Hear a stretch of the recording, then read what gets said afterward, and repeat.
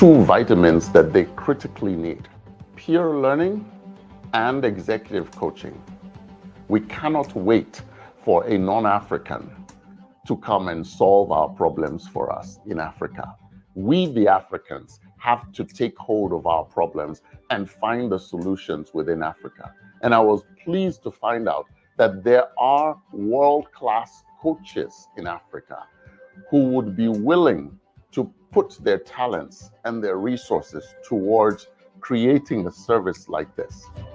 So today, BCA is a network of over 40 world-class coaches who collectively and individually provide the services to thousands of leaders in Africa. But we're just getting started.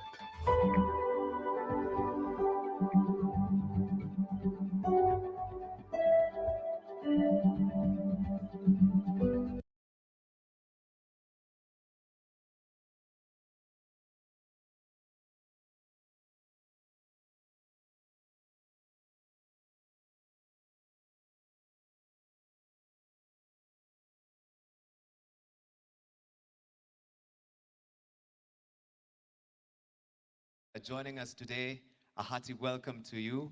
We want to thank you so much for consenting to be part of this conference running under the theme, Making Africa Work for Africans. Bold actions for bold results.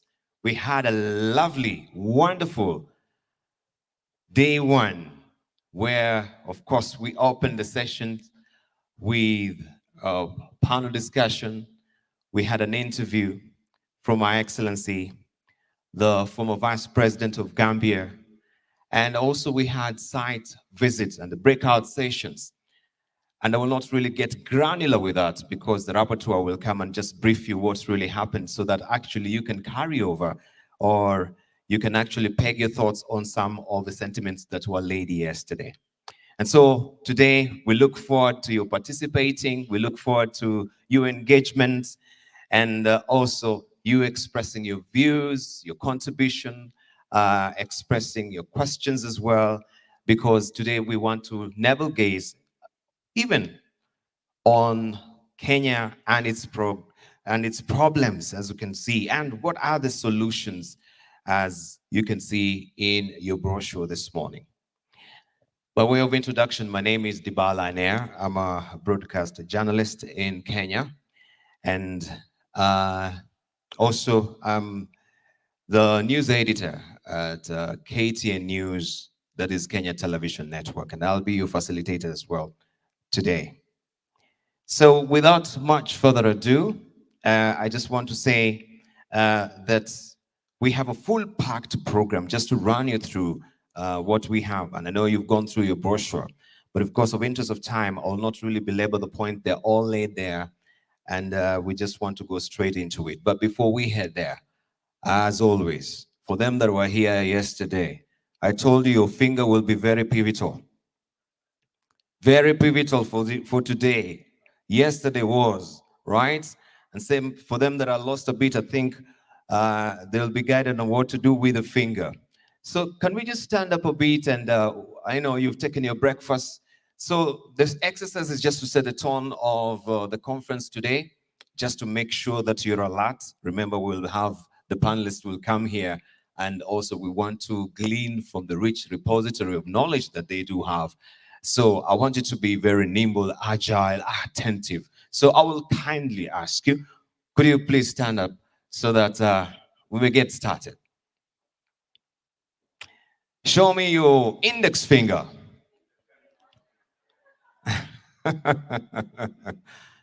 Yesterday you got your true north.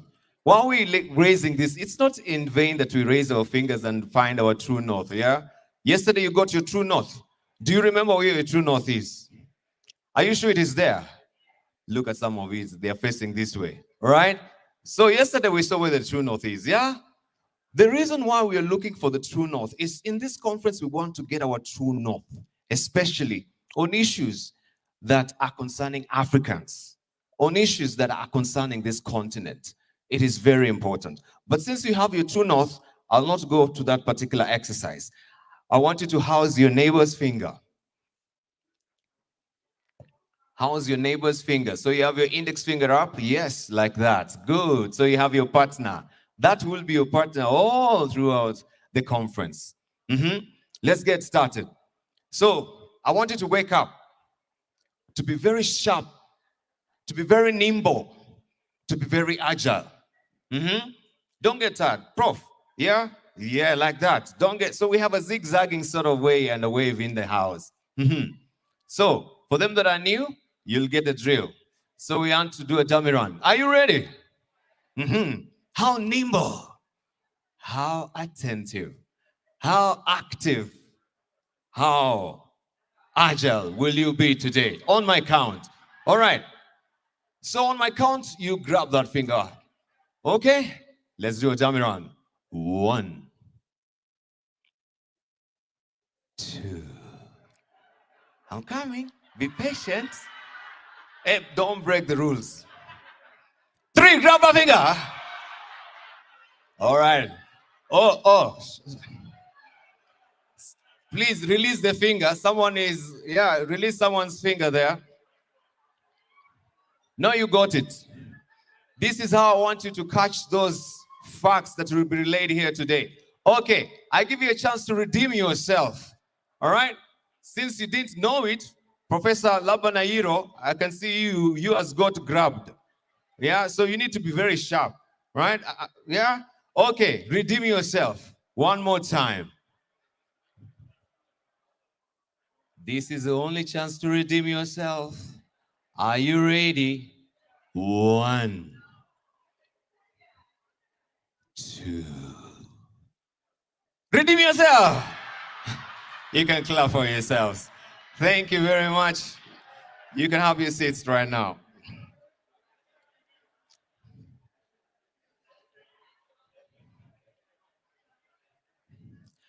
So how can we solve our problems?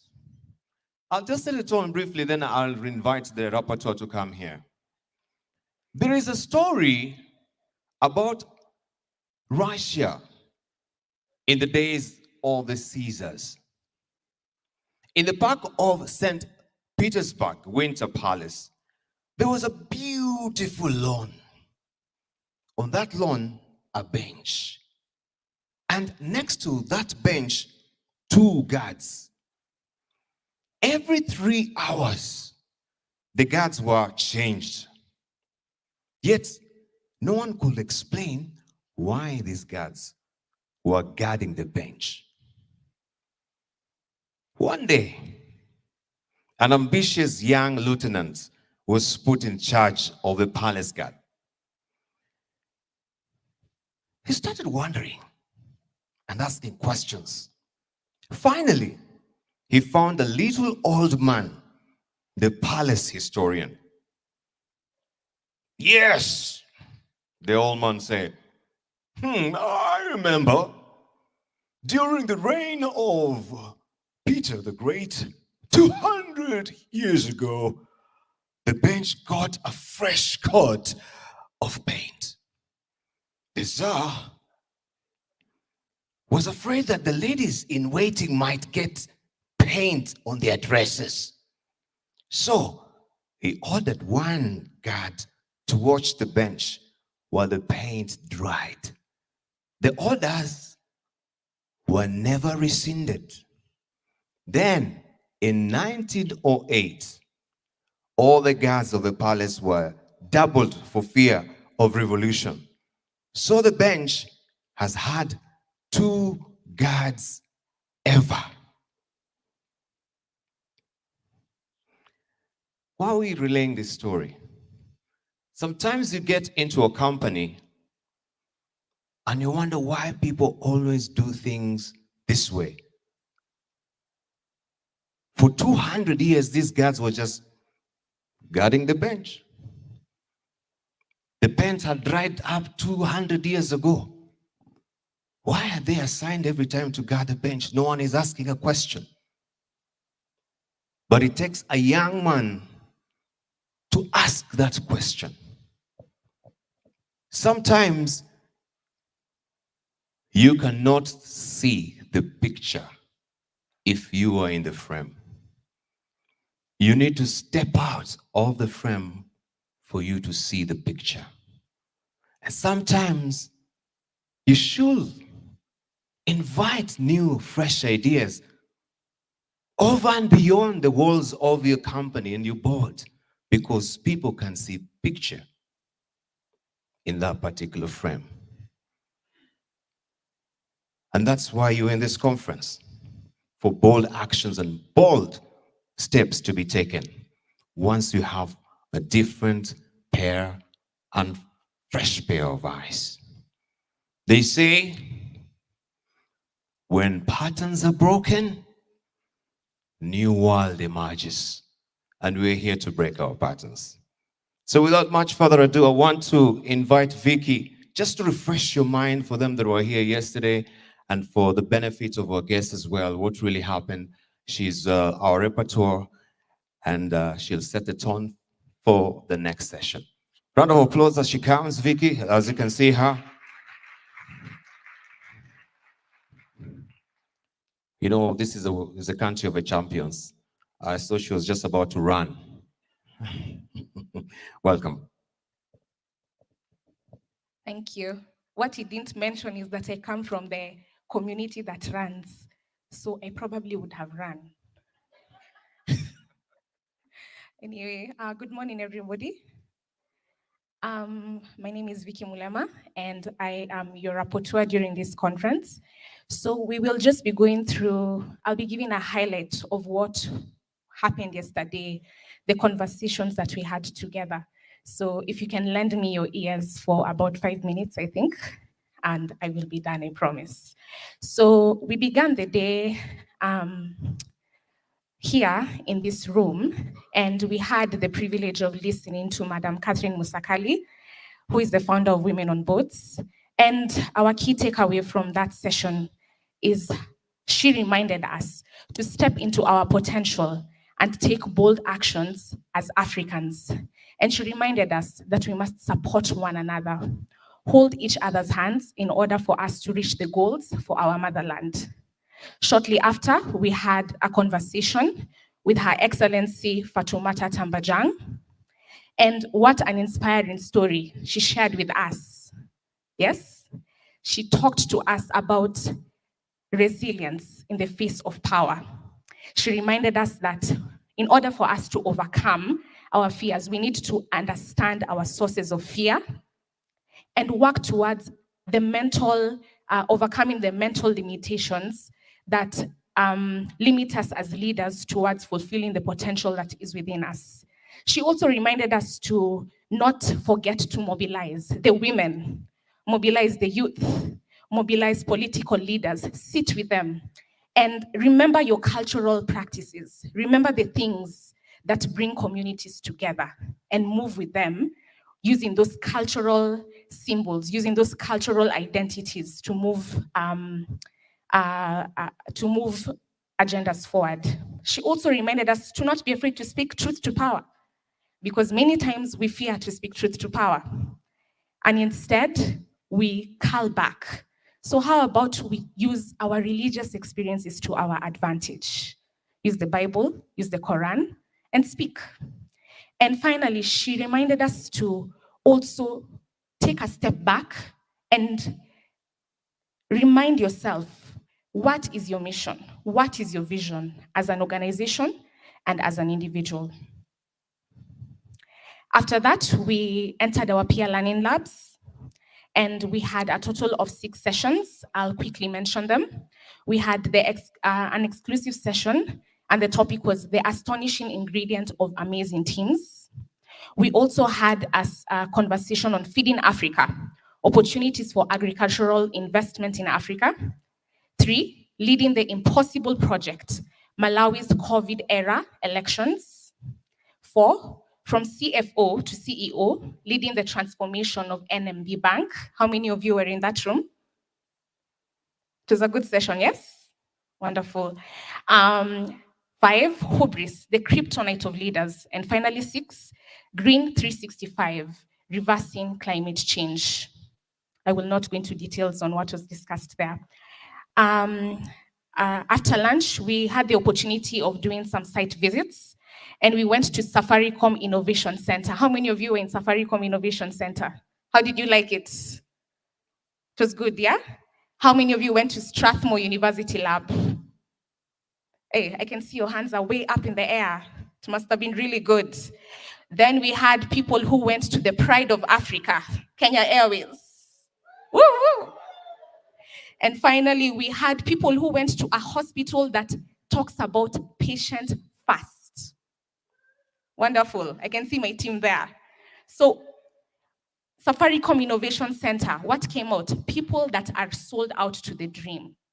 Safaricom, the people who went there said, these people, they are sold out to the dream. Those who went to Strathmore University Lab have said that they found a culture of innovation and a culture of excellence. Those who went to Kenya Airways say that there is enormous potential for growth. So Pride of Africa, we are still flying high. And those who went to AAR said that indeed that hospital believes in the patient and they prioritize their patients. Finally, in the evening, we came back and we were divided into 2 rooms and we had our fireside chats. We had the opportunity of having PLO Lumumba, Yon Nsarako, pardon me if I have not pronounced that name properly, and David Gatende, and they spoke on bold actions for Africa's diaspora. And what came out from that session is that it is our duty to be involved in informing policy formulation. And finally, in the next room, we had a conversation on bold actions for young Africans with Karen Wakoli, Sophie Ndong, and General Njuki Mwaniki. It was a hot session. Who was there? Those who are not there, you missed out. You have no idea. It was wonderful. And what came out strongly was that it is not enough for young Africans to just be educated. We need to accompany young people in their journeys and offer them the help, the advice, the knowledge, your experiences in order for them to achieve the goals for Motherland. So thank you for your time. That is the highlight for the day.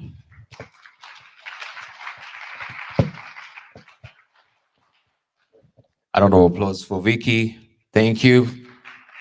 Now you can run back to your seat. Thank you so much. Right, I just wanted to mention as well that if you are an avid reader, and I know all leaders are avid readers, we have books, right, that you need to plumb through to get insights about leadership. And books, Oprah Winfrey will say, well, my path to personal freedom. I learned to read at age 3 and soon discovered there was a whole world to conquer that went beyond our farm in Mississippi. And we have the book stand there just to showcase some of the books that we have here. Leadership Made in Africa by Dr. Modupe Taylor Pierce. We have Cicely Kariuki, Breaking. This is a memoir, Breaking the Illusions. She's the former cabinet secretary here in Kenya. We have another one as well, Leadership Made in Africa, Learned Behaviors. This is the latest that you should grab. I don't know, we have many dignitaries here, so I'll be happy if all of you went with all these books that I understand as well. So I want just to ask Tim, let me begin. Let me look at the list here and try and see. Tim Malawi. Where are you? Tim Malawi, stand up, we see you, right? Even for the benefits of our delegates here. Tim Malawi. Tim Malawi are here. Don't sit yet, don't sit yet. So how many books are you taking, Tim Malawi, with you back to Malawi? How many books? Huh? How many books? Huh?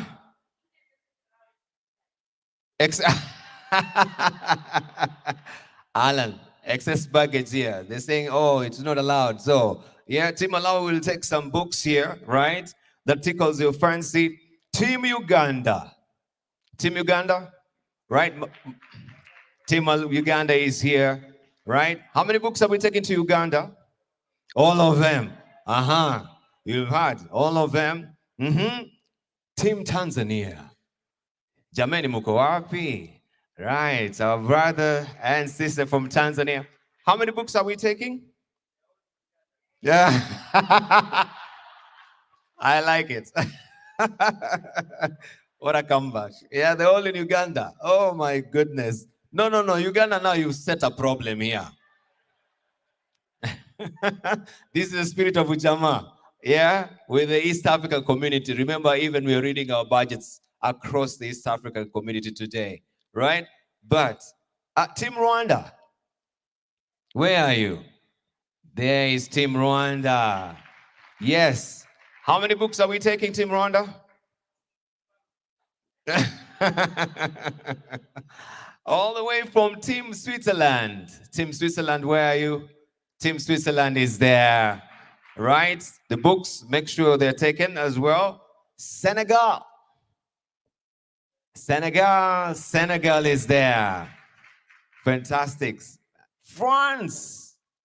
All the way from France. Yeah. Team France is there. And Burkina Faso. As they always tell us, the land of the upright man. Team Sierra Leone. Sierra Leone. Did I mention Sierra Leone? Oh, okay. All right. You got dual citizenship? Yeah, you made me a bit confused. Yeah, there we go. Cote d'Ivoire. We didn't see Cote d'Ivoire yesterday. Maybe they've arrived here today. Watoto ba Mungu bako wapi? Where are you? Cote d'Ivoire. Cote d'Ivoire. Oh, they're online, huh? Oh, yeah. Yeah, we have delegates online. 70 of them are watching online. Thank you for reminding me. Team Ghana. Team Ghana. All right, Team Ghana, how many books are you taking? How many books? All of them. Today, they're all sold out, right? Beyond the Shadows of My Dream. This is also a biography by Dr. Martin Odoro Otieno. And of course, you'll be hearing from him also in the panel discussion today. So make sure you grab a copy as well. Ladies and gentlemen, I think now we go straight to the moment. And, oh yeah. No, we expressed yesterday and we say, we are so self-effacing. We are so humble. As a host, we don't recognize ourselves. But anyway, Team Kenya, where are you? Team Kenya, stand up, we see you. Yeah. All right, thank you, Team Kenya. Team Kenya. Cameroon. Where is Cameroon? Cameroon. Are they joining us online? I think they are online. But who shouted Cameroon? Maybe you saw your boyfriend. Fantastic. Let's go to it now. I want to invite over the facilitator of the day right away. And this is Dr. David Tuku. David is an executive coach and leadership development facilitator who is driven by a deep passion for Africa. And his immense potential for economic transformation through the practice of effective leadership within organizations and community. Now, before venturing full-time into executive coaching, David was a career banker for close to 29 years. Until November 2018, he was the CEO of Family Bank Limited based here in Nairobi. David's global exposure and localized experience in leadership practice yielded a realization that Africa's economic transformation requires localized approaches and creative adaptations of existing models. This is a context within which David practices executive coaching and leadership development. He sits on the board of International Coach Federation, the Kenyan chapter, and is currently the vice president of a chapter.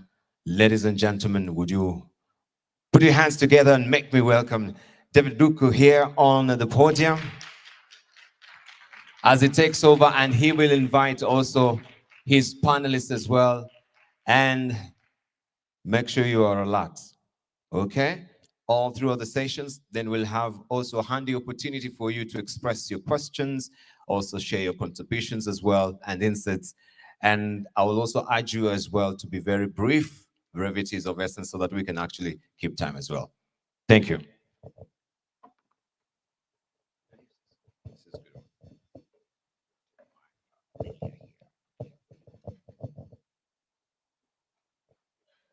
Thank you very much, Dibao, for that wonderful introduction. Just a correction there that I'm no longer the sitting on the board of ICF. That was, I think it must be a little older profile, just in case the current president thinks that I've taken over their responsibility. That's a slightly older one. But nevertheless, ladies and gentlemen, it's a great pleasure to be facilitating the next conversation, which is about a continuation of where we started yesterday. We were speaking about bold actions for bold results. And we continue with that conversation, specifically focusing on Africa's greatest challenges. And to help me do that is a fantastic, eminent lady and gentleman whom I'll be introducing shortly. And we are going to have that conversation, easy conversation. From the initial conversations we've been having with each one of them, I can tell you we are out for a great conversation. So, ladies and gentlemen, I am going to try and summarize their bios. Each of them, if I read their full bio, I would do nothing else in this session. So allow me, ladies and gentlemen, to be very brief in summarizing the bios of the three panelists that we'll be having. Let me start with the lady, Madam Charity Chanda Lumpa, who is the Vice Board Chair of Oiko Credit AU Netherlands, an immediate past board chair of this organization, BCA Leadership. Her term as chairmanship just came to an end in the very recent past. This is a seasoned executive with a diverse background in insurance, in banking, tourism, and telecommunications. And some of the notable roles that Charity has held, among others, include the managing director of EcoBank Zambia, Airtel Networks PLC, and she actually successfully established EcoBank Zambia as a greenfield financial institution in 2008. Charity has also served as the board chair of Zambia National Commercial Bank, Zanaco. She is actually the immediate past chair, and holds key positions in various organizations, some of which include St. Ignatius College, Zambia National Advisory Board, Livingstone International University, and she's actively involved in mentoring and advisory roles, and thus contributing to the growth and development of both institutions and individuals. Ladies and gentlemen, help me in welcoming Charity to stage. Charity, welcome, and take your seat. Let's clap for her until she actually takes her seat. So I'll invite her to take the second seat to my left. Thank you.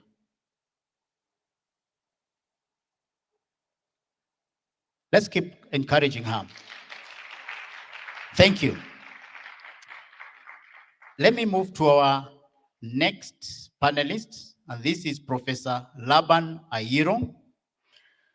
Prof is a Kenyan academic, currently serves as the VC of Daystar University here in Nairobi. He's a professor of research methods, teaching research methods and statistics to PhD and master students. From September 2016 to March 2018, he was the acting vice chancellor of Moi University. Those from Kenya remember that face. Prof has been a chemistry teacher, principal of several high schools, provincial director of education, deputy director of staff training at the Kenya Education Management Institute, Senior Deputy Director for Policy and Planning at the Ministry Headquarters, and Senior Deputy Director for Research and Curriculum Development at the Kenya Institute of Curriculum Development. He is also a consultant in research, organizational leadership, and performance. Ladies and gentlemen, help me welcome Professor Laban Ayiro to take the middle seat right next to Charity. Karibu, Prof. Last but not least, help me in a short while to get Alan Kilavuka. Alan is the Group Managing Director and CEO of Kenya Airways. And he took over this role at the beginning of a very difficult time, April 2020. You know what was happening around that time. And it was a very difficult time for Kenya Airways and the aviation industry in general. But Alan has managed to navigate the airline through the turbulent times and has kept these planes flying through a string of measures and initiatives, some of which I'm sure Alan will be sharing this morning. Alan has over 24 years of experience in leadership and management, specializing in change management, financial planning, and company compliance. He's been successful in new organization setups and turnarounds of businesses in Africa, including 2 General Electric Africa businesses in South Africa.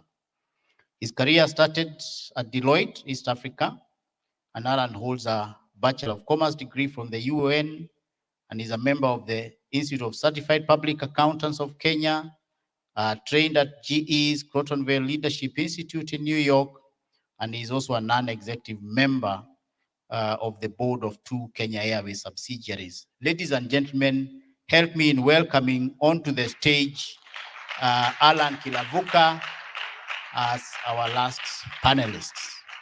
Welcome. I'm going to request that this moves away so that Karibu Alan on this side.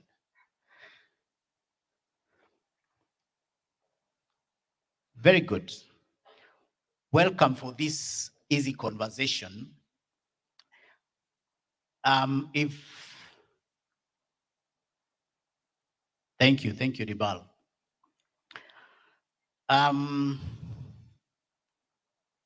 We've had a run through of what was happening here yesterday. And I want to start with the last conversation we are having here, where PLO was started off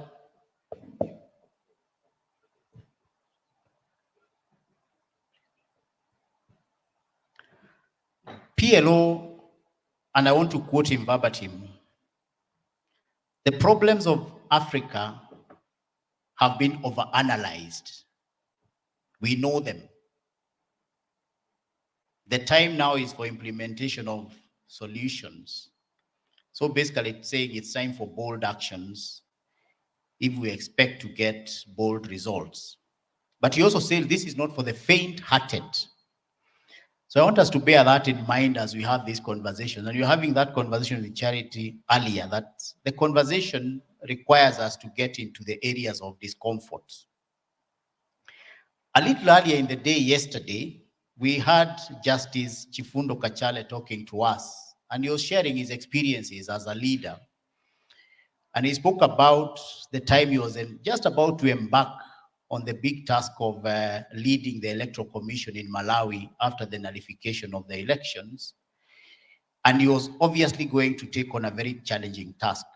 And one of the things he said is that before you get into the task, step back and analyze your capacity and utilize that capacity to discern the real problem or challenge.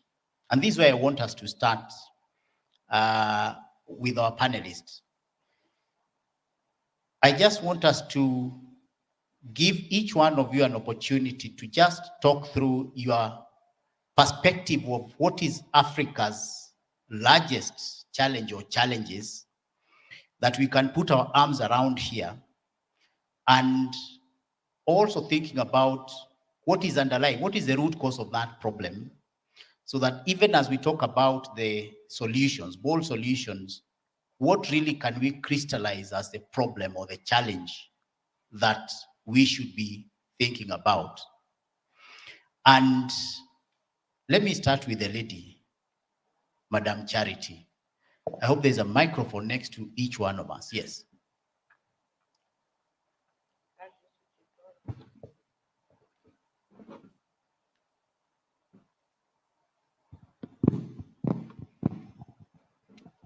Good morning, everybody. So I have a very keen interest to try and understand why from the 60s, the year or the decade of Africa, we still don't have a first world country in Africa. And I've been reading and researching and looking at the various issues surrounding African development. And as much as we can say there's colonialism, there is cultural aspects, I still think we have a hangover of colonialism. And we're in a comfort zone that it's easier to look back and blame colonialism. Some of the biggest challenges that we have really stem from ourselves and our inability to do things that are radical, to do things that are disruptive in order to bring Africa to the fore. And so we also need to learn to be comfortable being uncomfortable. And so African countries were not the only ones which were colonialized. And so I've been looking at a case study between Zambia and Singapore. Zambia gained independence in 1964. Singapore gained independence in 1965. Singapore today is a first world country. We are still underdeveloped, or the polite term now is developing. What has differentiated Singapore from Zambia? And really, when I look at the two cases, I see that we are very political in Africa, and the development we look at is to ensure that we can advance political ambitions over national ambitions, is to do better than the last political party. And so when I categorize the three largest challenges that I see in Africa today, they all stem from leadership. The leadership that we want, is it the same one that's going to take Africa into the first world? The leadership that we have, what are the challenges they are facing outside of the political arena? So one of my first ones is human capital development, especially in countries that are endowed with natural resources. We tend to prioritize development of that extractive industry or natural resources in terms of those that are focused on agriculture, outside of developing our very own human capital. Yesterday, we heard how we are going into Europe, into America, into Canada to get educated. Yes, that is happening, but what is the real reason? Our own quality of education in Africa is questionable. What have we produced in Africa? Do we have scientists? Do we have researchers? Or do we always wait for the developed world to send us researchers, consultants, you name it? Okay? Then we also have skills development. We also have a very large youthful population. How are we activating the youth? In Zambia, we have a youth who discovered how to make diesel from waste. He has not been grabbed, heralded, and built up to bring an innovation to Zambia. Instead, he's left behind and we're still importing fuel from the high seas. So the next thing we also having as a challenge in Zambia are governance issues, the institutions, the systems, the lack of effective accountability, and also not embracing technology to support national development. And so when we look at all these aspects, I see that until and unless we forget talking about colonialism, that is gone. Where are we today? Yes, we were told about Satan, but Satan is also dealt with through testimony and prayer. We need to pray and we need to make sure that we take the actions needed, radical otherwise, and things that give us the courage to do so are the things that we need to discover to improve Africa's development. Thank you. Wow. Let's give another clap for Charity. That we have a problem of being radical in our solutioning. We have a problem of wanting to stay too much in the comfort zone. We are too political, not harnessing our human capital. Very good. Let me jump to the far end and go to Alan. And we are really just trying to build clarity of what are we dealing with? What is this big challenge and what is its root cause? Alan. Thank you very much, David, and good morning to everybody. Yeah, so this question, PLO has already answered that question. It's been over-analyzed. I think that's what you said, which is true. I think we stand the risk of repeating the same thing over and over, but maybe using different perspectives. Because let me quote Chinua Achebe in his book, The Trouble with Nigeria, which we would comfortably say is the trouble with Africa. Chinua says the trouble with Nigeria is purely and simply that of leadership. That to summarize it this way, is the truth. So what does Chinua say? He says it is an unwillingness or inability for leaders to rise up to the responsibility of personal example. Now, I think the challenge is to define what that leadership is. And leadership is not, because typically, just like Charity says, we are a very political society. So when we talk about leadership, we look to the politicians and say, these are the leaders that are letting us down. But leadership starts from personal responsibility, from me and from you and from everybody else. And I dare say that when we talk about the trouble with Africa being a problem of leadership, it is a problem of leadership both personally and communally. When you talk about political leadership, business leaders, family leadership, and even personal responsibility. There are certain things that Charity has said, and maybe I'll elaborate as we go along. So for example, she spoke about the issue around converting waste to power in Zambia, which some young people have come up with, and it has gone to waste. You know, we can replicate that in very many fields. And in fact, if I take that personal, that specific example, in Kenya, I remember when I used to work in General Electric. This is in 2005.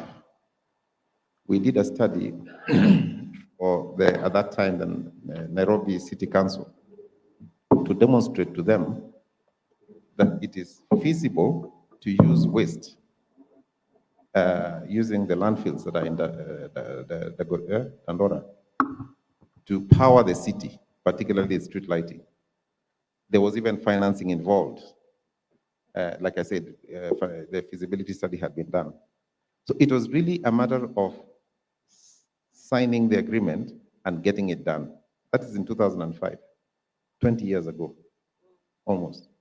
To date, if you go to the county, the Nairobi County here, they will tell you exactly the same thing, that we are going to convert waste to power. I mean, it's a no-brainer, but that is why Chinua Achebe is talking about we're not taking personal responsibility to do things. I'll give you another example. So we have a young man, some of you who came to Kenya Airways, and by the way, you made the right choice, you made the best choice.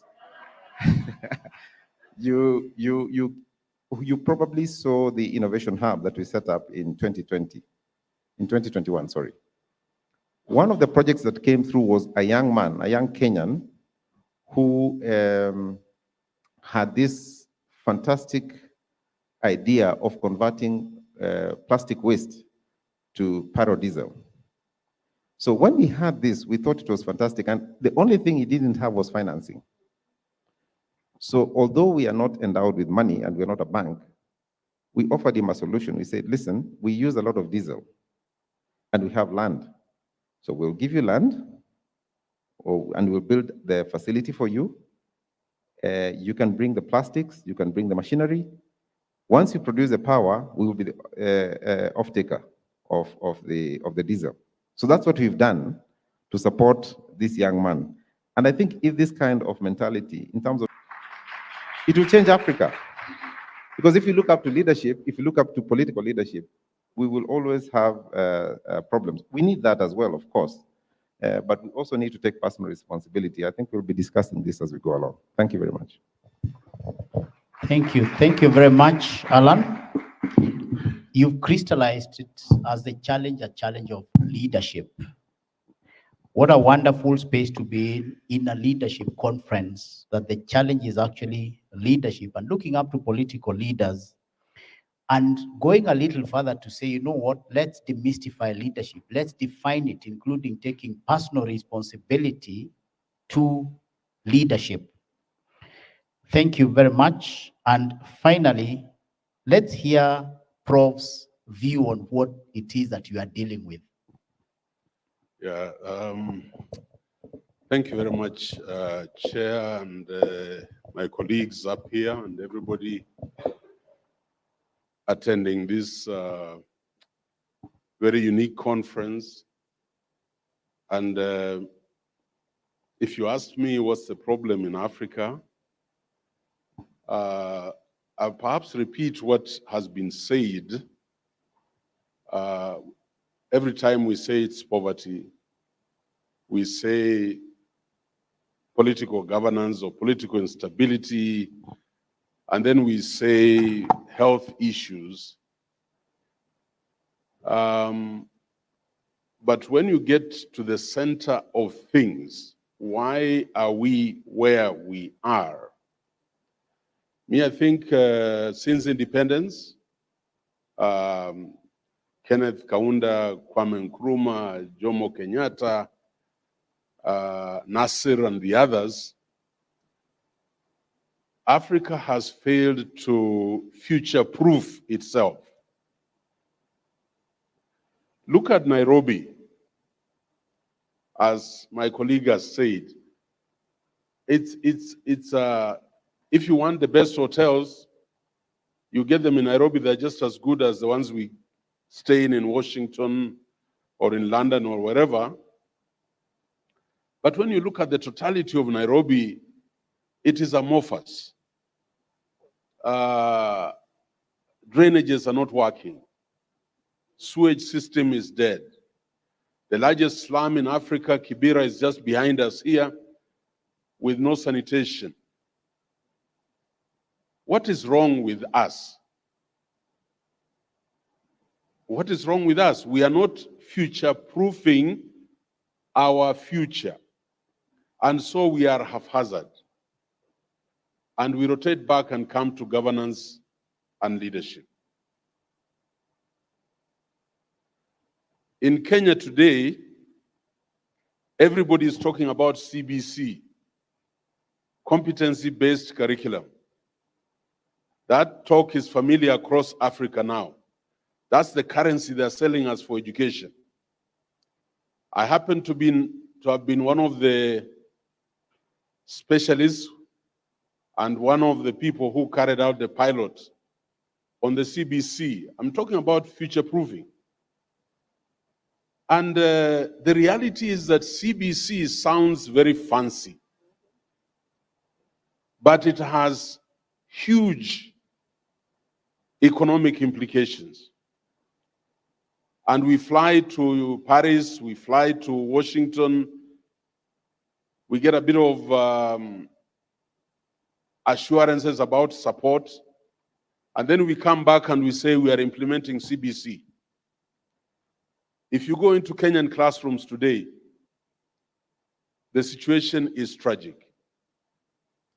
Even the best of our schools have students up to 70, 80 in a class, in a high school that was meant for 40 students.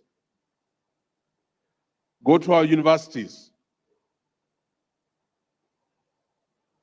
You can go into a lecture hall of this size and there is no single plug, no socket to plug in anything. And we have 1,000 students and they'll come out and we shall label them graduates. We are not future-proofing ourselves as a continent. So now there's this mongrel code CBC in our system, and the kind of products that will come out are neither competency-based and they neither have the theory to support them. But who is driving this process? Who is shepherding this process? Is the political class. Where are the professors of education? Where are those hard-working primary school teachers who know what it means to teach?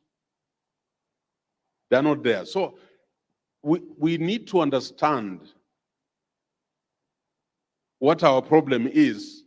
And me, I think, is failure to look at where am I going? What is the end game of CBC? Then you work backwards and you ask yourself, do I have the resources to be able to do it?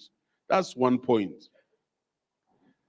Somebody has talked about, we know what the problem is. I don't think so. I earn my bread by teaching research methods and statistics. What we know is the manifestation of the problem. We know the visibility of the problem, but we don't know what the problem is. So we run after this thing competency-based, and somebody tells us when a child leaves class 4, they'll be able to make a table.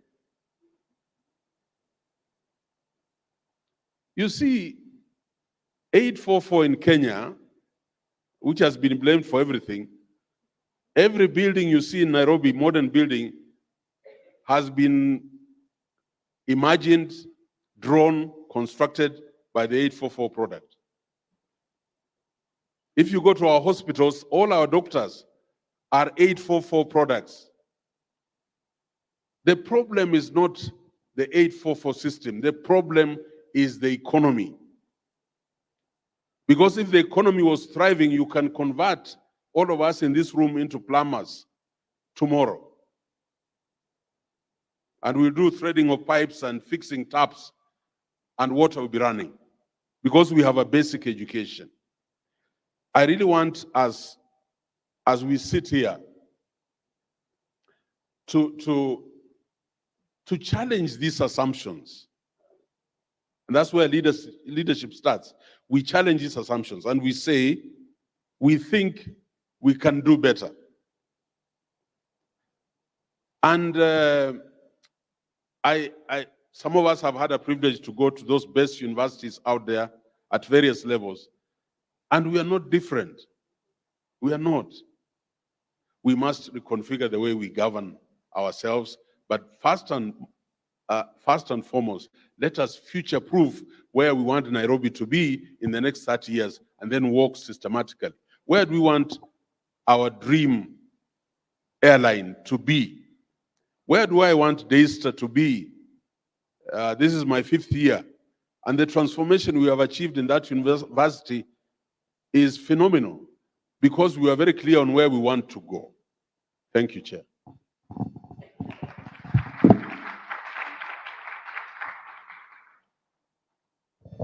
Thank you. Thank you very much, Prof.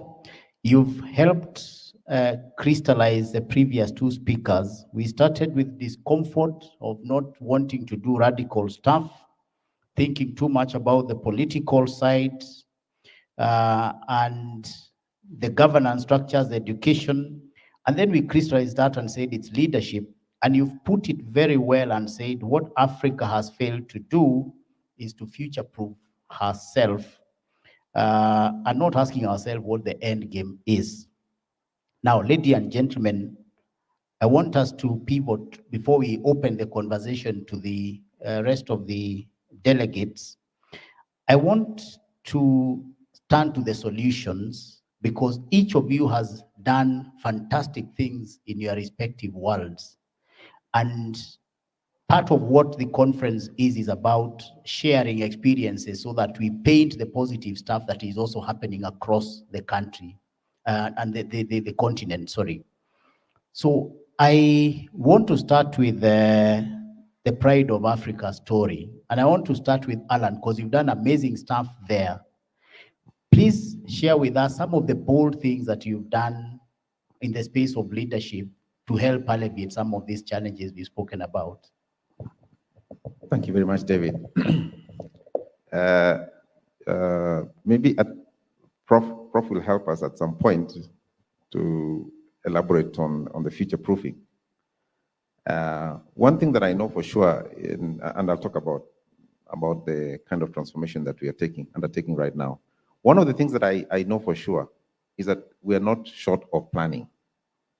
We have many plans that are sitting on the shelves that are gathering dust. That's not the problem. In fact, if you take certain examples, I mean, I think Charity was talking about Zambia in 1964 and Singapore in 1964. I can even give you a specific example on aviation. 1961, the Francophone Africa came up with an airline called Air Afrique. Those of you are from Cameroon, Cote d'Ivoire, and the like will remember this airline, Air Afrique, 1961. And then it died in 2002. It was the right idea. That is where Africa should have gone into. And by the way, it was ahead of even the West. We were ahead of the West because it is only in 2009 that the West started consolidating aviation.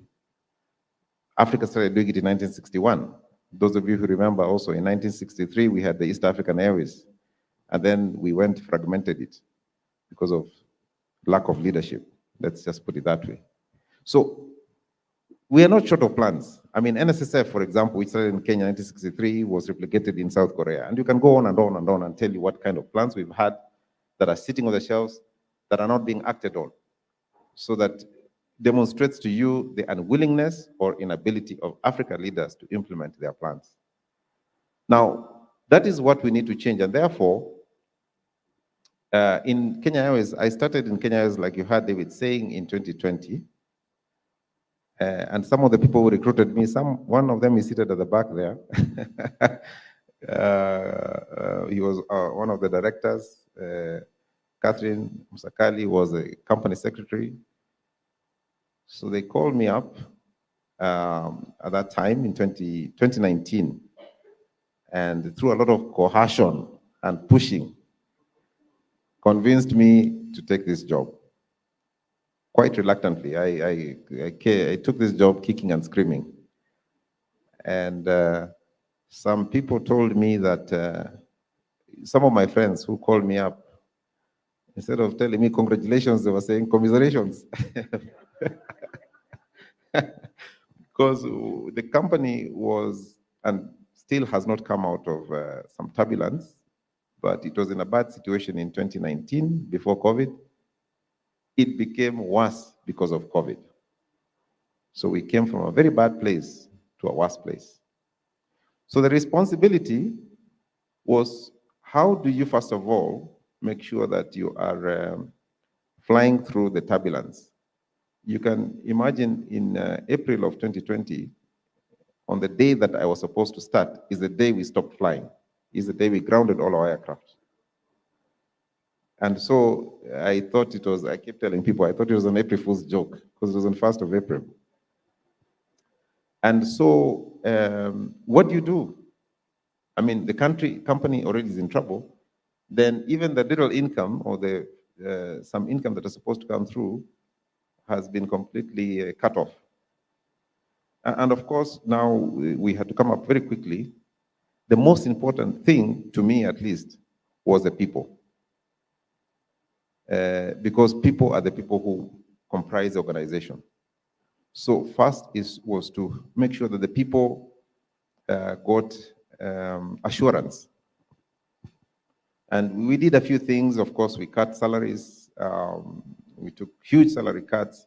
But it was important for me to give a lot of hope to people that, yes, we're in a difficult situation. It will come to pass. And we need to take certain measures to conserve cash, to reduce costs, to have alternative means of raising money. So I mentioned, and I cannot go through the detail because I will take a lot of time, but the important things were to come up with the innovation hub. Remember, I mentioned the innovation hub earlier. And the idea of the innovation hub, we started it virtually because then we were not meeting, was for ideation. Because the best people who can give you the best examples are the employees. And in the case of a country, the citizens, because they are the ones who know where they are hurting. So we got 600 ideas of what to do. Some of the things, like I said, we have implemented. But if I give you one specific example, was the idea to convert some of our Dreamliners to cargo aircraft so that we could generate some money to get by. And so we did that. We were the only company in the world, of course, the first one because we were the only ones, and the only company in the world to convert a Dreamliner to what we call a freighter, which is a passenger stroke freighter. So we set the standard. We had our own engineers, Kenyan engineers. The one who's clapping loudest is because the husband is an engineer in Kenya Airways, who helped in this process. So we had the engineers convert, and so we used those. So we used those freighters to fly PPEs, to fly vaccines and so on, and to generate some money. It wasn't enough, of course, but it was something to supplement what we had. And the idea was to keep the company going up to a point when we would start soaring again.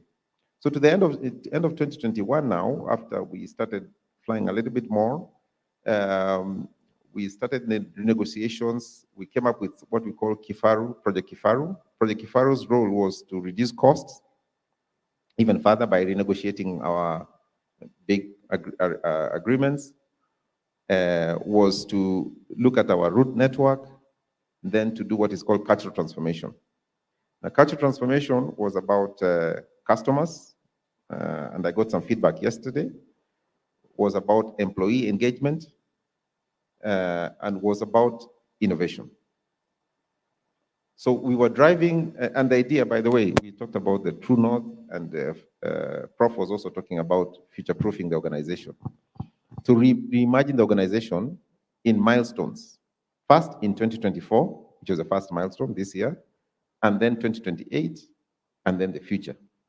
What does the airline, how should the airline look like? So the cultural transformation process started taking off. How do we focus on our customers better? We redid our mission, our vision. We've redone our core values, refocusing them on only 4 things: customer obsession, integrity, accountability, and safety. So that's why we want to focus more on. Those are the 4 things that we want to look at. And then really challenging employees. How can we diversify our income?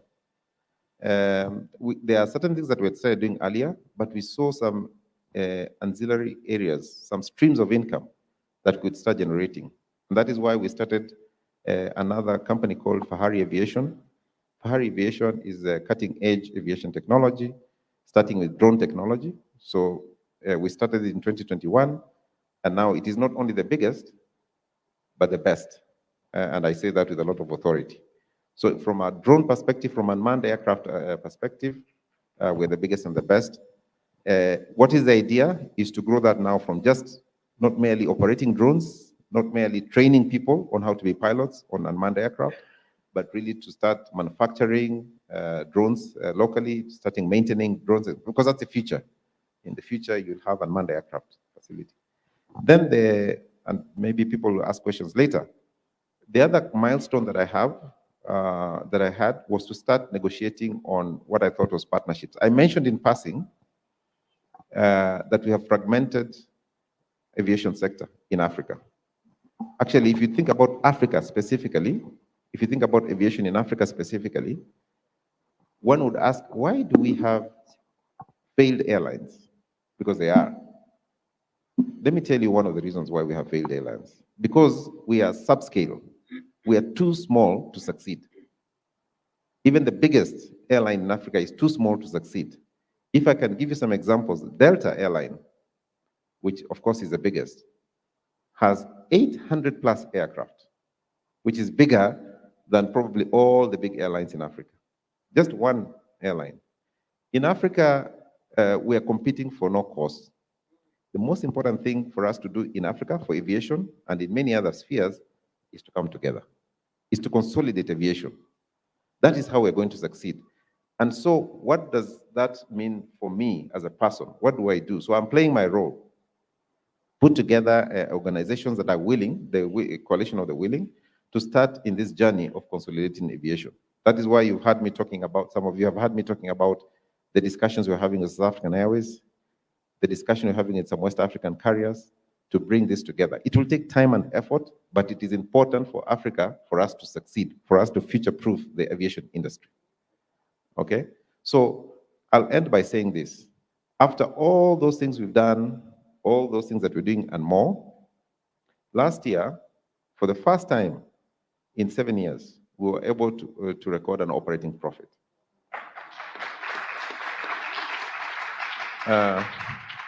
Last year, we recorded the highest revenues the company has ever had in its history. And last year, we were able to get awards, several awards, one of which I'm proudest of was we were rated the second most efficient airline after SAF Air in South Africa. So those are some of the achievements that we're able to make. Now, of course, we've not gotten there yet. I am very clearly aware of that. We now need to reach bottom line profitability, which we were gunning for this year. This is 2024. But to me, aviation in particular is not only about profitability. It is important for us to be profitable, but not the most important thing. The most important thing is we have to remember that aviation plays a very big catalytic role in economic development. And there are many examples. You mentioned Singapore. Singapore has the biggest, one of the best airlines in Africa. It's one of the smallest countries in the world, but with one of the biggest airlines in the world. South Korea, same thing. UAE, Qatar, and you can go on and on. And if you look at some of the failed states, you can correlate that with lack of an efficient airline. And you know, the prof said we should have data. So we have data to show that there's a direct correlation between successful aviation, successful airlines, and successful economies in the country. I think let me end there. Maybe you can have questions before. Thank you very much, Alan. Alan says, I don't think you heard that. Those of us who've been studying Kenya Airways, when he said last year they made an operating profit, I was expecting a bigger club. That's a big deal.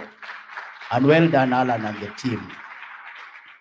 Focusing on people, the Innovation Hub, Project Hifaro, and pointing out that what we need is scale and consolidation across the industry.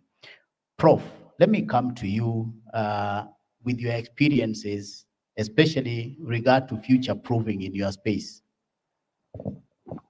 Yeah, thank you very much, Chairman. Thank you, our CEO of Kenya Airways. What he has just said is what I'm calling future proofing. The diversification of the products of Kenya Airways. So we are not just flying.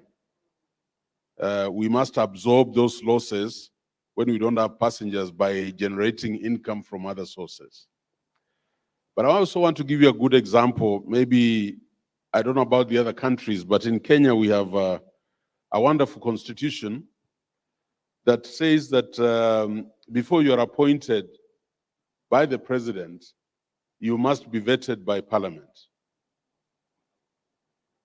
So when you're getting a job of a CS or a PS, you must be vetted by Parliament. The urgings of the Constitution there are that we want to future-proof Kenya. That when you have a responsibility of a CS or a PS, you must be vetted to a level where we know you will deliver for the country. The Kenyans who are here know what goes on during vetting. It sounds comical, but you are not future-proofing our country. I want to emphasize that. It is so critical. My experience is this in leadership. As he has said, it is the human resource that is most important. So when I was at Moi University in a big crisis, I knew that my constituency was students. So those are my clients, the students. And so the first thing you have to do in leadership is teach the heart of your biggest constituency. They must believe in you. You teach the heart. So when I went to Moi, when I was given that responsibility, I brought the students and laid bare our situation and appealed for their support. And one of the obvious support was that, can you help me get revenue from your parents so that we can stabilize the university? And I promise the nonsense of missing marks will not be there and that classes will be attended to. Sounds very basic, but that made us move our revenue collection, fees collection, from around 41% to 79% in the first semester. Yeah. And so the mood just changed in the university because now revenue was coming in. The other thing about my experience is that there is this thing called the payroll or salaries. I don't know whether Bwana Kilavuka has the same experience. You must future-proof the payroll in your organization. Because that's what people are depending on. And when you future-proof the payroll, in other words, when you ring-fence the payroll, the loyalty of the staff just shoots up. They are assured. They don't have calls from banks threatening. Their pension is secured. And their deductions to their SACCOs, they can walk to their SACCOs and get their loans. You'll be surprised how much momentum that causes in an organization. Future-proofing the payroll. So in my university, it is a written law that payroll must be secured and that it must be paid before a certain date of the month. And that has just changed the culture. So when you ask people to work, they believe in you. But it doesn't come easily until you target your customers, your clients, the students in an organization like us and the parents. Another thing, just to add, Chairman, there's a very worrying mentality in African countries. There is this thing called treasury. This is the ministry that collects revenue and then disburses revenue. If you are a leader and your mindset is that treasury will give me money, you create a dependency syndrome. You don't strive for alternatives. But a university worth is sought. Let me give you an example like Daystar now. Every year, 40% of my time, I'm not expected to be in the university. I'm expected to be out there fundraising, locally and internationally. Today, that fundraising component is raising about 1/3 of our budget. Imagine if you had a university with a with a reputation like, and I don't want to name, like our top university in Kenya. The goodwill you have globally is so large. There are tons of resources out there for research, for development, for all these innovations, that you will not be worried about whether Treasury is sending you money or not. But because you are used to that quota coming from the Treasury, you become dependent. We also have to strive to have a very strong sense of independence. Even those donors, those partners, they must come to Daystar and see that we are actually surviving and doing very well on our own. Then they will support you.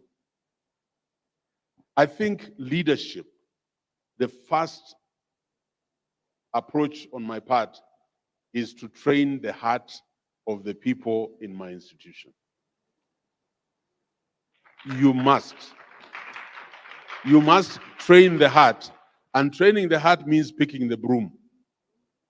So if you're a vice chancellor, the trappings of office should not get into your head. You are essentially a teacher, so go to class and teach. Then you will win the support of others. Thank you very much.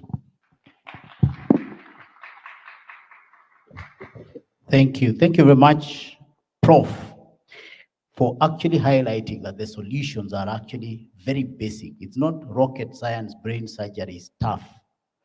And it's leaders really understanding what the issue is and putting their minds to it. And primarily understanding who your constituency is, your primary constituency, and working through that constituency and thinking through dependence versus independence as you seek for solutions. There's a way time flies when you are discussing such a topic, and I'm really keen to have at least one or two reactions from the floor. But Madam Charity, please, your take on your experiences. Thank you so much. I think like both the Professor and Alan, I'm a firm believer of human capital development. And with people, and you give them the requisite empowerment, the requisite skills, and the support that they require to excel, you will find positive results. So as CEO, and I'll go back to that period, and when I was chair of Zanaco as well, I realized that there's this assumption that when you promote people, they already know what they're supposed to do. So we tend to promote people into positions without equipping them with the requisite skills. So I'll start with the tourism board. I left a very lucrative bank job to join the government as CEO of the Zambia National Tourism Board. And like you, Alan, instead of congratulations, I got commiserations. Because they're saying, how do you give up such a job to go and work for government? It had never been done. So I was looking beyond that, future-proofing my own future, I think. And so I found that in the tourism board, we were a grant-funded organization. Our mandate was to promote tourism across the world, Zambia's tourism across the world, in the region and domestically. And I found that what was happening in the organization was that only 2 people ever went to promote tourism globally, regionally, and domestically. 2 people, both gentlemen. And within this organization, we had over 100 staff. And so I took it upon myself to have these town halls, speak to people, find the right skills, and like you said, speak to their hearts and allow them to see how best we could elevate Zambia National Tourism Board. And so we had like every month some tourism exhibition, some regional exhibition, wherever we could go. And so we did a roster. and allowed everybody to promote tourism in the organization. When it was your turn, it didn't matter where. Provided it was your turn, people went. You should have seen the change in the organization, the positivity that came. And like Professor also said that 60% of our grant must go towards marketing of tourism, Zambia's tourism. And the balance of that, the point was that everybody should get paid by this particular date without fail. Then we meet everything else thereafter. And that just changed the, shall I call it, the attitudes of people. It changed their focus and even their professionalism towards promoting Zambia's tourism. We started a campaign called Visit Zambia campaign. We got featured on the CNN for the first time through these people who always had these ideas. And so we increased our revenues for the first time. The grant came as a plus, but we started making money. And because we also, excuse me, embraced the private sector who are key to promoting Zambia's tourism, we managed to gain a lot of tourists come to Zambia. And I think we got an increase of over 60% in a 5-year period. It's people. People make the difference. When I was asked to chair Zanaco, Zanaco was number 8 or 7 of the top 10 banks in a country with 18 banks. And Zanaco is the largest bank in Zambia. At least the time I was joining them as board chair in 2015. How does the largest bank in Zambia be at the bottom of the top 10 banks? So we took very radical measures, made sure we trained our chiefs, the directors, as we call the chiefs, and we made sure that they went to places like INSEAD, Harvard, where they got this training, and they came back and we told them, you are the strategic chiefs of this organization. Allow your people to execute. And we gave them that empowerment to the point that today, Zanaco is number 1 in the market from 2021. So human capital development is such a critical aspect. And I want to close with Airtel. I became CEO for Airtel in 2013. And Airtel was a cash cow of Airtel Africa. Cash cow. We had the most cash, the worst service we could ever give in terms of dropped calls. You know, the usage of data was like secondary. Airtel money was nothing, and we needed to make sure it became an M-Pesa. We made sure that data overtook minutes. But how could we do that?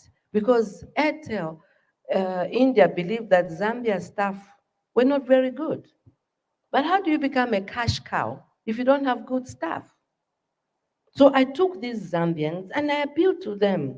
You have to change this image about Zambia. Become the professionals that has created this cash cow. And I sent them across some of the regional offices. And some who are still there today. And they made such a big impact that today, Airtel, at that time anyway, Airtel was seen as a premier telecom company, emerging as number 1 because of the people. So we really need to enhance human capital development at political level, corporate level, and indeed even societal level. We have to see the Africa we want by being the Africans Africa needs to be the Africa we want. Thank you. Thank you very much, Charity, and congratulations for that transformation at Zanaco in particular. Very tremendous. Now, Dibal, you saw Dibal whispering to me and he was reminding me that we have very few minutes to wind up. So I'm going to open for 3 very crisp questions. And as my panelists answer the questions, they will do also their wrap up. So if we can get the first 3 hands that go up, they take 3 questions. Please, the person with the microphone, we've seen the 3 hands. Please, let's have the 3 questions. My panelists will answer, and as each of them answers, they'll do their wrap-up so that the ball does not forcibly evict us from the podium. All right, good morning. My name is Carol Kariuki. My question would go to Alan, especially around the consolidation. I believe this is something that is not only relevant for the airline industry, but for very many other industries in Africa, that consolidation is what really will get us to the size and capacity that it will take to get better. What are the things, as we work on our organizations and as we think about these collaborations and coming together, what are the things that we need to put in place now to ensure that we can actually make this happen?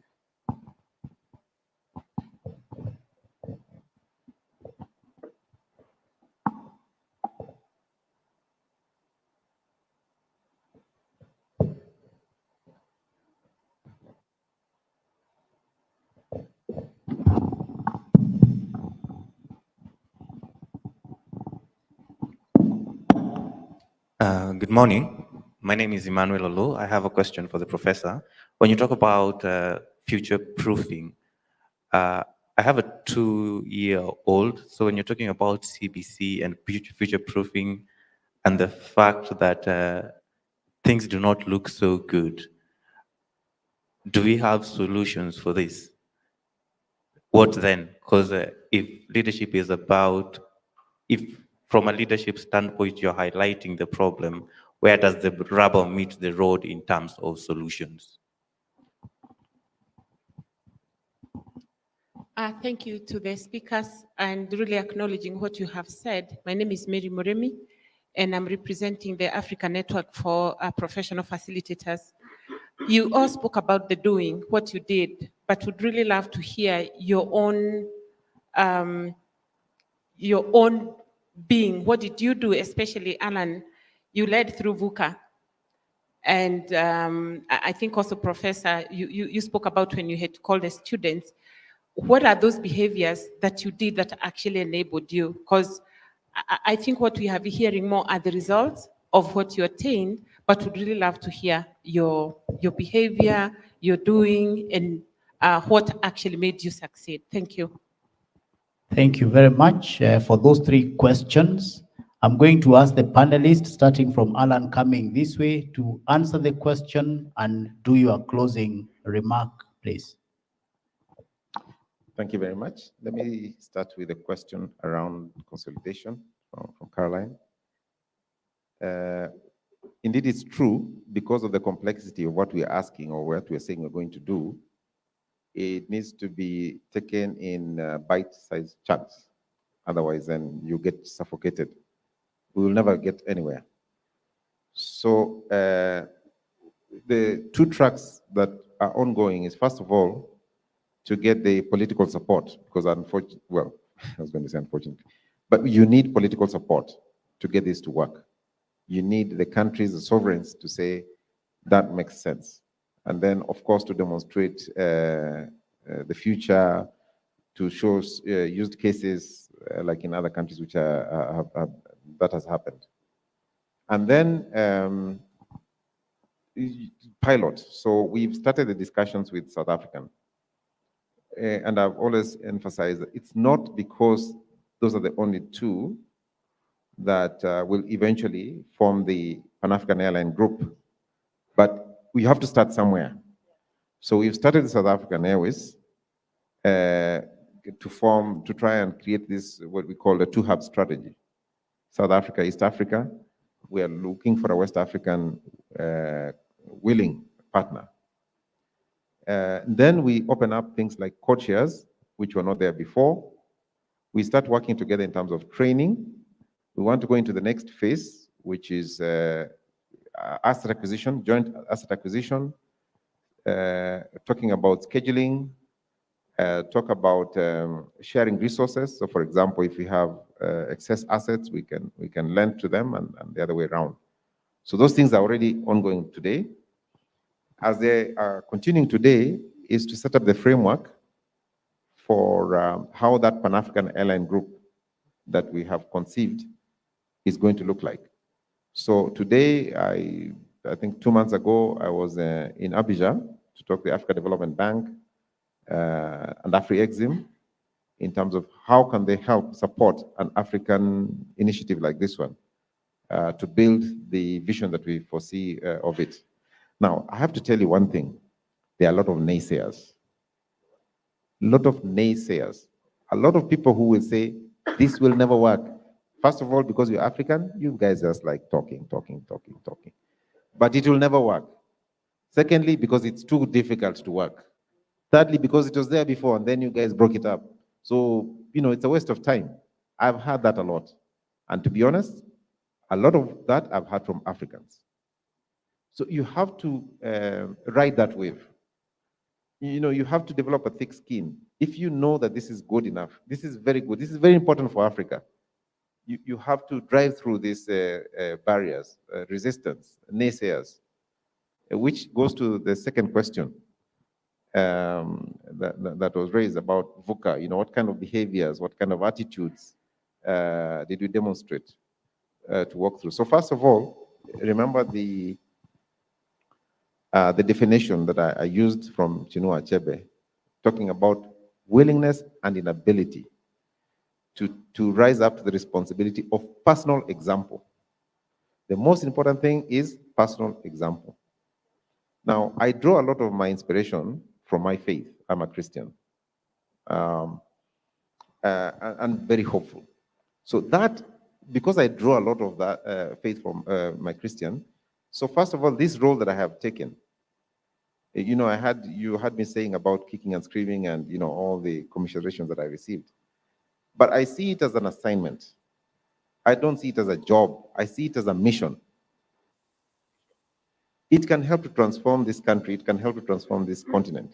So what role do I play in that in that area?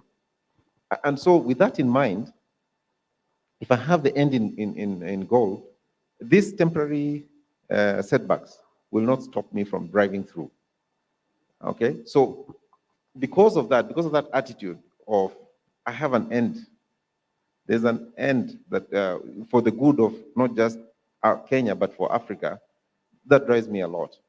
Secondly, is to get a coalition of people who will support me. So I have mentors. I have a coach. In fact, one of my coaches is here.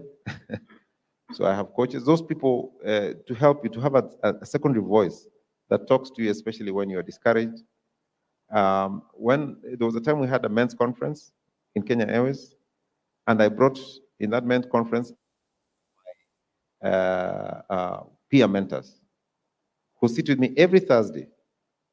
We have a Thursday breakfast every Thursday. So today you guys have messed up my breakfast with my peer mentors. And that's the point, right? Just to have an external voice talking, because you can be exhausted. It's very exhausting to bear the burden of 4,500 people who are looking up to you. Maybe let me end by saying this. I remember when we cut the salaries, and some of them were very deep. In I think 1 month, it was 19% of the salary. So that was quite deep. And one person, an equipment operator, equipment operators are the ones who probably earn one of the least salaries in Kenya Airways. They found, I don't know how they made it, but they made it to my office. And they said, Bwana CEO, or Mr. CEO, we understand the cutting of the salaries. I understand that completely. I understand why, because we don't have money. But tell me, how am I going to feed my family? There is no answer to that question. What are you going to say? You can't take money from your pocket and give them because you don't have it either. What do you have to say? So it is important for you to communicate. How do you communicate hope? Because, of course, the equipment operator is still there. He's fed his family. I didn't give him money. So communicate hope. One of the things during VUCA, the behaviors was communication. Those of even one of Dr. here, Bide was in KQ then. Constant communication. I was communicating every week. Hope and the future. Hope and the future. You know, quoting very many instances, where things were, for example, in 1918, the Spanish flu, which killed 5 million people. It happened then, but people are still alive today. So those kind of things. So I would end by saying that those are some of the things that I said. Let me just say that this continent has a lot of potential. We just need to take personal responsibility. One. Secondly, and hold people in positions of responsibility, hold them to account. Thank you very much. Yeah, thank you very much, Chair.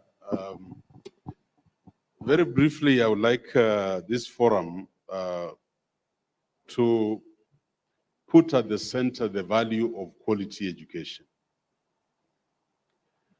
And we must find a way of engaging with the major political blocs. I think Africa is mature enough to assemble education experts, and we look at our curriculum across the continent and what can be done within our existing economic base. I did not use computers. When I was in high school, I was using the slide rule. Some of you might not know about it.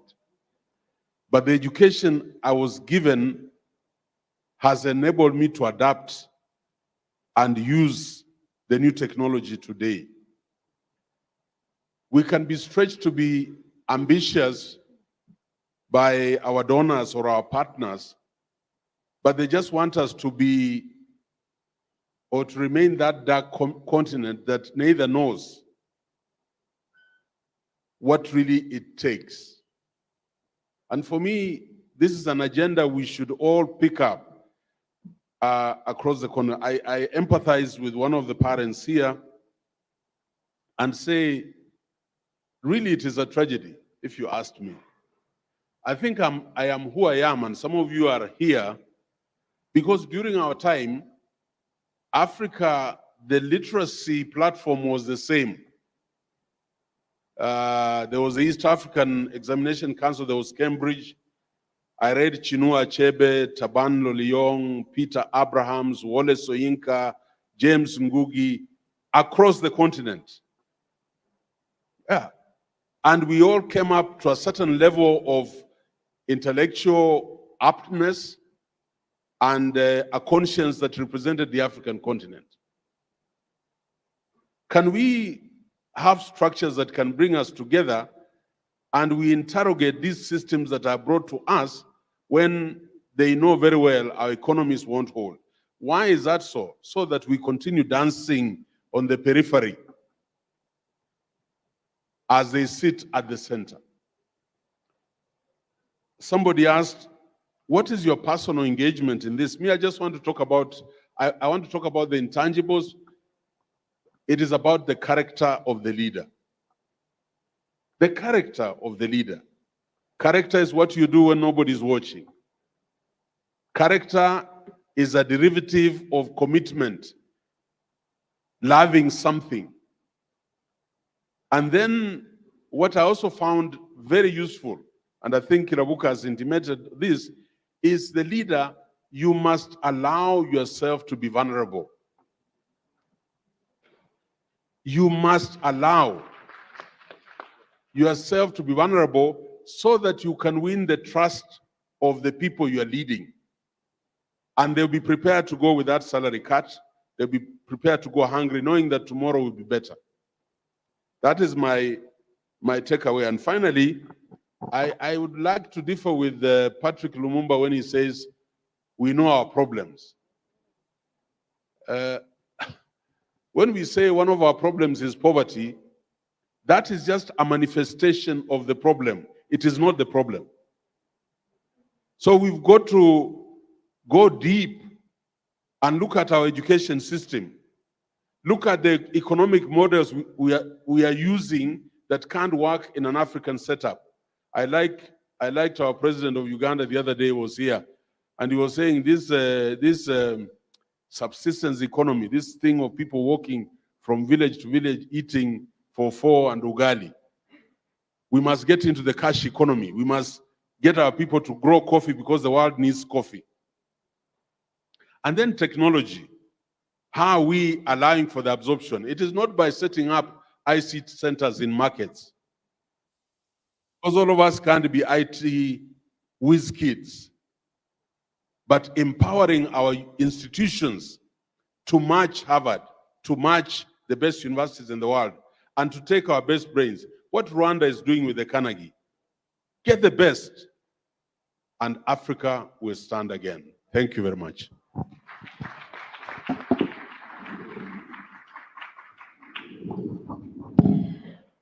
I became Chief Executive Officer at a period when there were very few female CEOs. That in itself presented a whole VUCA atmosphere. And so it's also important to remember that as you are the leader and your character is what you're taking to this job, that there are also constituents who look at you very differently.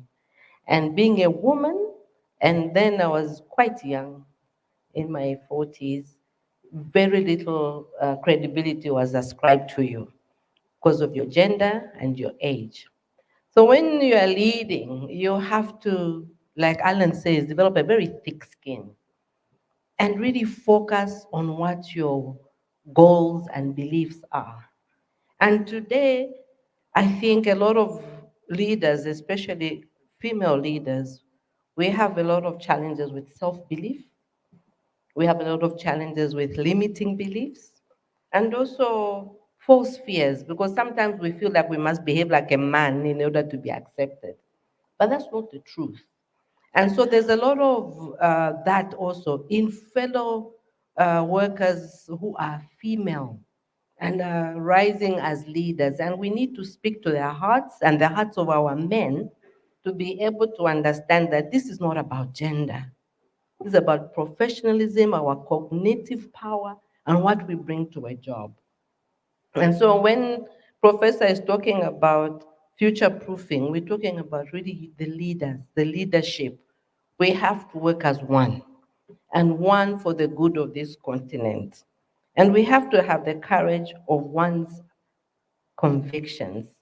And ultimately, we must also be held accountable for both our input and our output, and what we expect of others, we should not also shy away from. So I think there's a lot that we can do. There's a lot that we can actually do to change this continent if we had the courage, we were resilient, and we had the leadership across all sectors, especially government, because the political leaders, because we need them for policy formulation, really, which we can't get away with. And we can't do much about development if we don't have those policies, and work together as one solid African for the Africa that we want. Thank you. Wow, wow, wow. Thank you very much, ladies and gentlemen. You do agree with me that these ladies and gentlemen have really helped us insight into a very complex challenge. And we've crystallized and said that what we are dealing with here is a leadership challenge. We are failing to future-proof our continent, and the solutions are basic. And human capital is at the center of that, and taking personal responsibility, the solutions, having the quality of education being amplified. This way we are going to make sure that we are not just dancing at the periphery as they sit at the center. Ladies and gentlemen, help me in really thanking our panelists. Let's clap for our panelists. Thank you very much, Alan. Thank you very much, Prof. Thank you very much, Charity. Before you sit, allow me to acknowledge and thank each one of you. We have a small token of appreciation as BCA for the work that you are doing and also for partnering with us. And I'll start with Madam Charity. Somebody said in Kenya, brown envelope is something that is mentioned in bad connotation. This brown envelope is not a brown envelope. In the true sense of it, it's an award that is inside.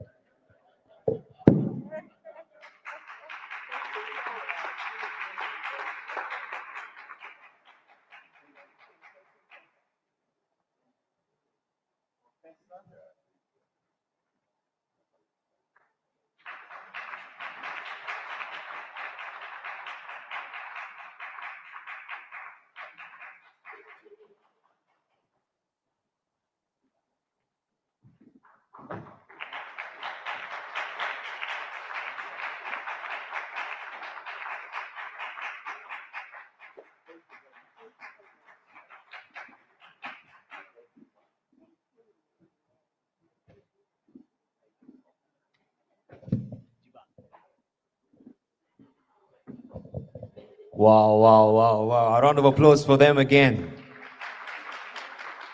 Nuggets of wisdom. The overarching thing that I've seen about this is that these are transformative leaders, right? And strategy is a commodity, execution is the art.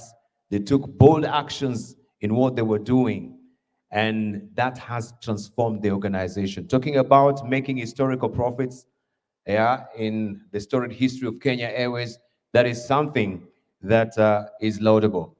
And we can only say also for the bold actions that they took, right? Like Alan here, many are the afflictions of a righteous man, so they say, but the good Lord delivers. Of yes, indeed. Because we are pinched for time, I just want to invite over our CEO to come to the podium right now. It's all about needs and leads session, and he's going to give us a brief on how that is going to pan out. Thank you. Thank you very much. Good morning, everybody. This is the next few minutes. I can assure you, I'm going to make a promise, will be the most impactful minutes of the conference for many of you. And why can I say that? Because this is the 6th time we've done the conference, and every time this is the kind of feedback we get. So let me tell you what it's about. How many people here have a problem? How many people have challenges? Gosh, okay, the honest ones are the ones raising their hands. All right? Everybody in Africa has challenges. Everybody, every one of you has problems, unsolved problems. And now look around. The solution to those problems is actually right here in the room. Somebody in this room has a solution to your challenge, whatever it is that is keeping you or your organization from success. Now, for many of us, we come to the conference hoping that we will find somebody, network with one person who either has that solution directly or knows somebody who can point us to the solution. But the challenge is when you're in a room like this over 2 days, you may not know who exactly that person is. That's why we're going to do something over the next few minutes. It's called Needs and Leads, and let me explain what it is very quickly. Please pay attention, look up from your phones, whatever it is you're doing, because you don't want to regret this. Okay? I need your full attention, everybody. So what we're going to do is we're going to have 5 stations in this room, and those 5 stations will be managed by 5 of our BCA coaches. They will take up their positions. One of the stations will be focused on anybody who has problems in the areas of looking for finance or banking or investment. And that station will be run by Doris Ayittey. Doris, where are you? Raise your hand. All right. Okay. So those who have problems, don't move yet. In the area of finance, banking, you're going to converge around where Doris is. The next group is those who have challenges looking for people, recruitment, HR. And that station will be led by Anne Ngete. Just look at Anne. She's the one there in the flowery dress. Fantastic. All right. The third will be anybody who has challenges in the area of logistics and transportation. And that will be led by Simon Kibe. Simon, raise your hand. Okay. All right. All right. Fourth will be anybody who has challenges with the area of government or public sector engagement. And that will be Morris Troy Teach. Morris? Okay. All right. Fifth will be anybody who has challenges in the area of sales or customer acquisition. That will be led by Sarah Jesse Apia. Sarah Jesse? Okay. So now, let me just explain how it's going to work. This is going to be like speed dating. Okay, you're going to get in your groups, and each person in the group will be given 60 seconds, 1 minute. And that 1 minute will be spent, you will basically share your name, your country, your organization, and your need or your problem. Okay? And you have no more than 60 seconds to do this. So it'll be something like this. Hi, my name is Modupe Taylor Pierce. From Sierra Leone, organizations BCA, and what I'm looking for a key sponsor for MLC 2025 who will provide at least $75,000 as an anchor. Okay, that's it. And then once you have announced that, once you've shared that in that group, then the leader of that group is going to then say, okay, does anybody have a lead? So anybody else in that group, and somebody might say, oh, actually, you know what? My organization is interested, or I know somebody who you should talk to for this. Okay. And then as soon as that happens, then the leader will just say, okay, whoever that person is, what's your name? All right, that's David. Okay, David, Modupe, David. That's it. And then we go to the next person. So in the span of the next 30 minutes, okay, everybody in that group will have the chance to share their need and be able to hopefully identify somebody who has a lead to that need. Okay? We have done this a number of times. If you've never experienced this, I assure you, this is going to be transformative, because the fundamentals of this is the fact that all the problems we have in Africa, the solutions are already where? In Africa. Okay? So I'm going to ask you to move quite quickly.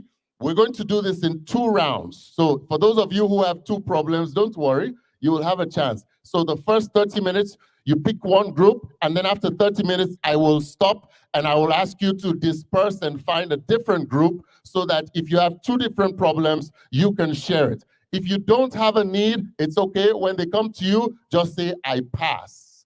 All right? Okay. Now, your facilitators, your leaders will explain or take on any questions you have. But right now, I want everybody to get up and just converge around the area where you believe you have a need.